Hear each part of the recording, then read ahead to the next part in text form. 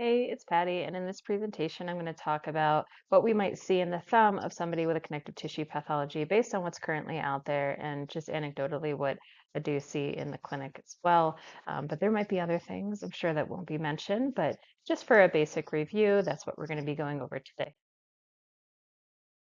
This I wanted to throw in here. It might sound controversial, but I just wanted to explain this a little bit more because I think that this is absolutely fascinating when we're talking about the misconception of arthritis within our hypermobile population. And in this study, and this is a study, right? We need a lot more studies to actually really confirm this or prove or disprove. But it's just fascinating because it's not discrediting individuals from having something happening, but just refocusing on what we're actually seeing to be sure that we're treating people correctly. So in this study, they looked at individuals with EDS versus the general population looking for early onset osteoarthritis. Now, they did find that early hand osteoarthritis was found in over 40% of combined EDS patients, which is a pretty high amount when you think about it. However, when they then separated classical and hypermobile and looked at those values, they found that hypermobile was really more towards what we see in the general population. There didn't seem to be more early onset osteoarthritis specifically in the hand. However, it was very different in classical EDS. Classical EDS did have a possible presentation of early onset osteoarthritis. They saw the narrowing of the joint spaces in this population, and the thumb joints were more affected. Now, this is not to say that there aren't problems that happen at the thumb joint. I just think it's always very important that we know exactly what we're trying to treat and why it got there, right? So that hopefully we have better long-term outcomes. So interestingly, even though more individuals that had osteoarthritis that had classical EDS compared to hypermobile EDS, the inverse was actually present when they looked at tenderness and bony swelling in these hand x-rays that they did. So the tenderness and the bony swelling radiographic changes that they saw were actually present in more patients with hypermobile EDS than compared to classical, but it wasn't osteoarthritis. So a lot of our hypermobile individuals with the, HSD or HEDS diagnosis are starting to realize that there does seem to be this issue with inflammation control in the joints as well. So just very interesting to see. It might not be osteoarthritis that we're dealing with. It might be more of this systemic inflammatory response that settles into the joints, and those should be treated differently. So again, it's fascinating that we keep thinking, oh, arthritis is going to happen because we're hypermobile. And there's actually quite a few studies out there that show hypermobility does not necessarily guarantee early onset osteoarthritis. So just very fascinating that, perhaps classical might be more at risk, but our hypermobile patients might be more at risk for early onset inflammatory changes at the joints, right? So again, more studies need to be done.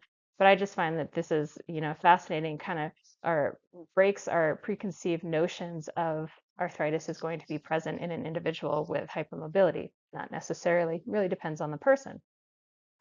Now, they did see the same soft tissue swelling across groups, and moderate disability was present as well when there was hand changes. Um, and then interesting to go along with that inflammatory piece with hypermobile EDS, when they looked at hand pain, those with classical EDS, even though they had a more likely chance of having early onset osteoarthritis, had less pain. But our hypermobile group that had more inflammatory changes, not arthritic, but inflammatory, had more likelihood of having pain. So again, not to discredit that things are happening, but we need to make sure, again, that we understand that perhaps it's not arthritis, but perhaps it's more of this inflammatory change that's happening at the joint. So what do we see in the limited information that's out there with hand studies and EDS?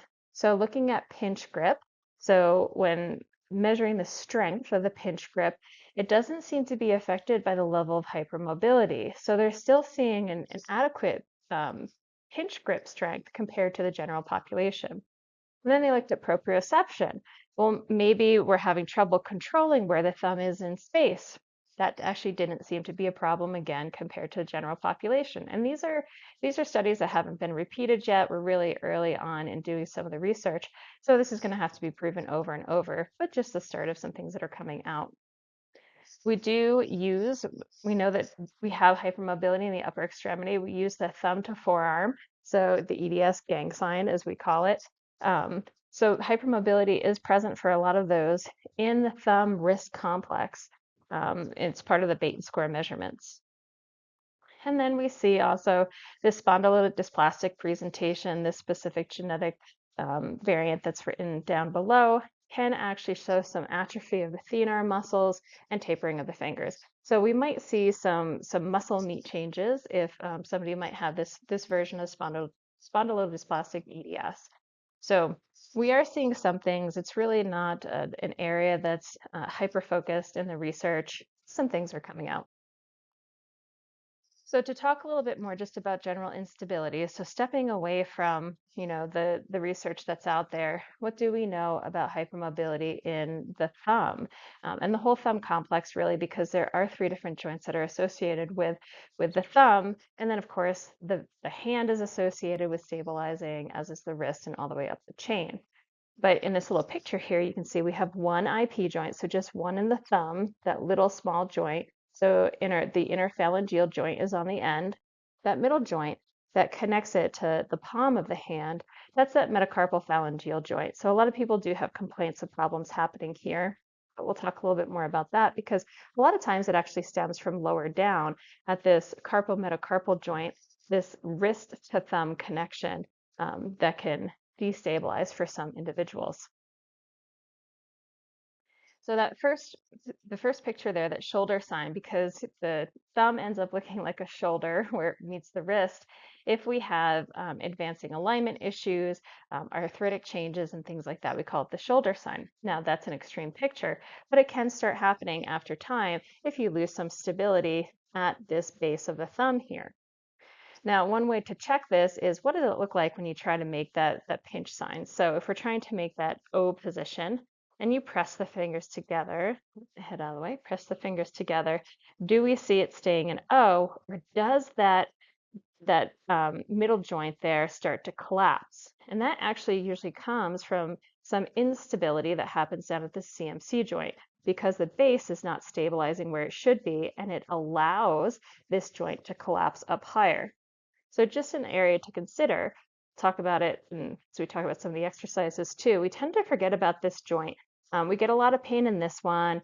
It's a little bit more mobile as we think it is as we're gripping and moving, but it really comes from the stability that's down lower. So we can't forget that lower joint, especially as we talk about bracing and things like that. So different techniques. This is from an article by O'Brien quite a while ago, but tried and true exercises that can help stabilize all around the CMC joint especially, but really the whole base for stabilization around the thumb. The first one are called place and hold techniques. So this can be done in a variety of different ways, but the first picture there is just reproducing the O sign. And as that joint starts to collapse, we actually place it down where it's supposed to be and then try to hold it in that new position. You may or may not be able to take your hand away, but it's really just a neuromuscular control exercise. Can we apply pressure in the pinch position and maintain the O? Then if you work your way down the hand a little bit, we have to remember a lot of the stuff that we do with the thumb, we do against the hand, especially that index finger right there. And this little muscle group that's on the side next to the thumb is called your first interossei. So we want to make sure that that's nice and strong so that if we post up thumb on that index finger, that it's going to stabilize from the index finger up. Okay, so just strengthening, and there's a number of ways to do this. The picture is just showing an active lift, but there's so many different ways. You can do it isometrically. You can do it just holding your own resistance. You can put a rubber band around different spots in the finger to make it easier or more difficult as you come out, and then stretch the band against your fingers.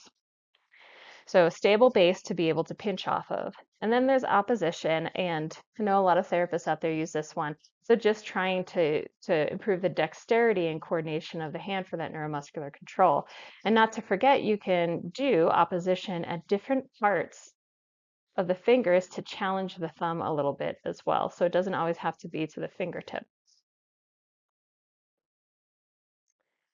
Now, moving on to a little bit more stretch and manual and things like that, when we have instability that happens at one area, we tend to have the reaction of fascial tension or muscle tension around it, really trying to reinforce and hold things in place. So there are some manual therapies that can really help with releasing some of these trigger point areas and just providing pain relief, right?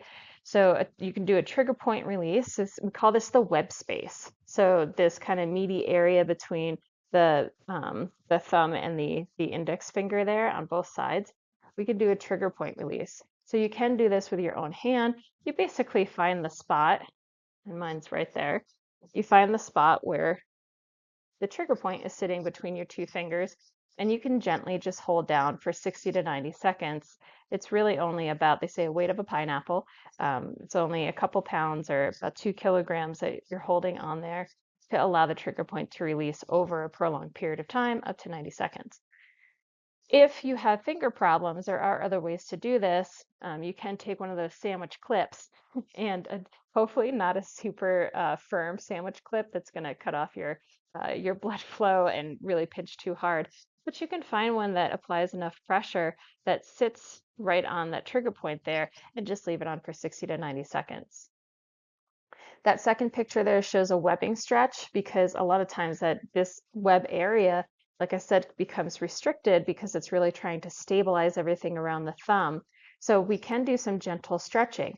Now it's very important, if you see in that picture there, the pulling is happening from the joint itself. It's not happening from the thumb up top because we don't want to pull on joints. We actually want to stretch the muscles in between them.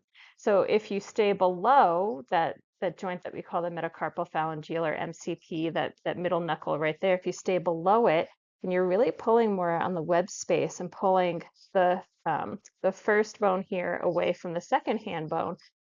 It doesn't feel like it goes that far, but that is where we need to stretch from to be able to get a stretch between the web space and to not pull on joints that might be a little bit more unstable.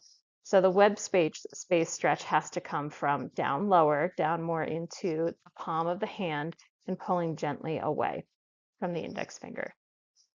The last picture on this page is another gentle alignment and stretching technique. Again, this is all from the same article. And it's just got great pictures in there too, if you need another visual. But this one is really not a twist. It might look like it, but when you lock the hand on the chest, it actually locks in the other side of the hand, so it's not all twisty and bendy. You actually have a solid platform. So you hold your hand to your heart, basically, and you cup that, you cup the area around like that web space. So you cup the meat of the thumb, and you're gently pulling away from you as you push the bottom of the hand into your chest. So you get this good stretch that happens around the meat of the thumb, and it's not pulling other joints apart because you're stabilizing against the chest. Okay, so how long you hold these is really different for everybody. To have a stretch, especially in the fascial system, it does have to be held a little bit longer, but it's usually much more gentle. So that's what you're just going to feel this out, and whatever feels good for you, that's where you hold it. Or you go see a specialist and you talk to the specialist and have them give you some feedback. Okay, yep, oh, that's it right there. I feel it. It wants to stop there. That's where we're going to stop. Bracing, getting into thumb bracing can be a little bit complicated. It's kind of like the wrist, right? If you end up getting a thumb brace, you probably have like 3 or 4 different ones, and it depends on the situation as to which one you're using. I will say if we're talking about supporting, especially this middle joint here, where a lot of people complain about, please make sure somebody has looked at this joint down here, because we don't want to further progress the instability and issues down here by splitting an area up higher and not providing any feedback here if it's needed, right? So we can brace down here. There's something called the push meta grip that a lot of people do like, and it's just like food, right? Some things will work for you, some won't, but they might be good for other people. So unfortunately, bracing is like that as well. You might really like this brace and you might not. And it can get costly and expensive, unfortunately, but it could be very helpful to try out some different braces to see what works for you. But the Meta Grip is actually a brace that grips you down at the base that CMC and also applies pressure to the thenar eminence, which for most people feels pretty darn good. So that can be one that actually aligns this joint down here. And when you do that, it puts the second joint in much better position to function rather than allowing it to cave in and hyperextend by pushing that CMC in a little bit. So just something to think about if you're trying to figure out where should I be bracing. We tend to forget this down here because it doesn't necessarily cause as much pain as this one up here. But again, if dysfunction is happening down here, we need to make sure that we address that as well. So with the MCP, so with looking at this joint here, there's so many different options. Go ahead and look into all of those that are on there. Those are just some different references for different types of splints that are out there. But there's a lot that are offered between neoprene that's just more of a pressure applied, so it relieves some of the pain that might be felt, right? You can have some that come right underneath the MCP to hopefully stabilize a little bit lower down and allow you still some more motion to have almost like a wrist splint. You have some that come up and over just past the joint, some that come up way past the joint and just allow you to wiggle your thumb just a little bit. So it just depends on how much stability you feel like you need. I wish there were programs out there that allowed you to try things for a few weeks, and some places do allow you to return them for sure, but this can be a little bit confusing in trying to figure out what the right one might be for an individual because there's so many out there. So this might be something that you talk about with a hand specialist, an OT, or a certified hand therapist to find the right one. Okay, so like I was saying before, this joint down here really does need a stable base. So we should really be thinking what's happening down here first. Do I have a stable base? And then we go look up top, right? So really important to be able to do that because we need, as we call it, that proximal stability to have functional distal mobility that's not going to further progress the wear and tear that's happening throughout the joints. So that would be something like the push metagrip, maybe something for the wrist. There's a few other things out there as well. Custom thermoplastic splinting that can be done by a hand therapist or an OT. And then when we get down into this area here, there are ring splints that are made for those joints that actually work pretty well. The thumb's a little bit trickier because of the amount of mobility that we have in finding something that's comfortable. But usually my individuals that look for them can find something that feels okay in the movement and really does help stabilize the overextension, especially of that joint that can happen. Um, Not my specialty, right? I'm much more anatomy-based certified hand therapist, but OTs are amazing, and probably some other individuals out there that this is their specialty in working with the ergonomics. But being able to change the grip position to reduce the pressure that's happening through that thumb, especially as you're trying to strengthen and heal and reduce the inflammation, can be very helpful. So getting different ergonomic supports and this is where I really feel like going to a specialist, even if they don't know EDS, they might be able to shine in this part, giving recommendations for kitchen and writing utensils so we're not gripping as hard, trying to hold and stabilize. What can you do at your workstation, at your computer, the mouse or the keyboard? Are there adjustments that can help reduce the amount of movement that's needed from that thumb if it's irritated? Self-care especially, brushes, hair dryers, all of those things. What tricks and tools do they have to be able to use those a little bit easier with the thumb? And then different hobbies that an individual has might be able to be modified or adapted to reduce some of the pressure through the hand and the thumb. So again, this is something that's amazing to go see a specialized hand therapist that works with the ergonomic piece or an occupational therapist for. And then just to remind everybody, I preach this throughout a lot of my different talks that I have, but it's not always strengthening first. For most that have a connective tissue issue and are dealing with a chronic pain problem in a certain joint, it's usually not strengthening first. We really have to get back the control and the alignment first so that neuromuscular retraining has to happen.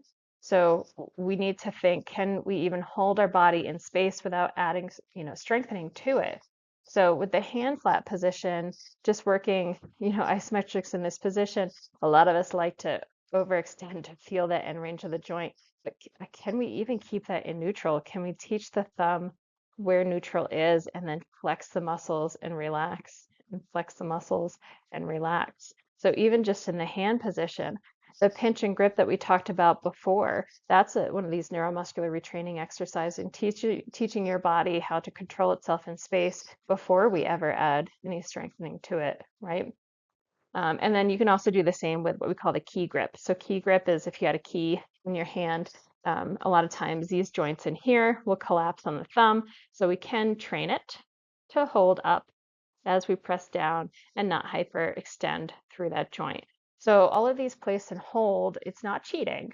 It's not at all, especially if you place it there and you are trying to hold it yourself in that position. That's the key to this. So we're really trying to gain that normal functioning range of motion again for stability before we get into strengthening. So just a reminder, we have to be able to do that first before we really start gripping exercises and things like that. Okay, so in summary, the complications from thumb joint hypermobility, it might be more common within our population, right? We do see a lot of people complaining about thumb issues that might happen within EDS and HSD as well. Remember that first slide that we looked at, there might be more of an inflammatory component with HEDS rather than arthritis that we see in classical EDS. There might be. Just don't have enough research to really stamp anything on ideas and treatment strategies as of yet. But the more that we keep looking into this and hearing from our patients too, and really investigating, is this an inflammatory reaction or more of an arthritic type of change? And then again, treating it effectively. Proper bracing and support, highly recommended. But again, don't forget that bottom joint, right? So we can't forget the bottom joint to keep the thumb stable, okay? And we can use ring splints up in the smaller joints as well. So remember the CMC, the base of the thumb, we really need that to be stable to be able to build up on top of it. And there are some recommendations of the exercises that were sprinkled in, but really seeing somebody who specializes with occupational therapy in the hand, a certified hand therapist, that's the person that you want to see for hand issues. They usually have a plethora of different type of exercises to give you. Sometimes they're more fun than standard physical therapy type of exercises sometimes. But we want to make sure that we're getting the right treatment and that we're not going right into grip strength, that we have that neuromuscular control first. And it's not saying there's not a PT out there that doesn't do that. There's probably quite a few, but you're more likely to find somebody who understands the concept of building within the hand therapy type of world, so occupational or certified hand therapy. Okay. And then all of the references. There's not many, unfortunately, for the hand, but again, maybe as we have more time to look into some of the research on different hand modalities from different providers out there, we will. But thanks for hanging in there. Thanks for listening. And we'll expand a little bit more on this later on, especially on movement ideas and strategies. But just to give you an idea today that thumbs can be a problem, work from the top down or the bottom up with the base of the hand and then out towards the fingers. And don't forget to brace if you feel like you need to. Thanks.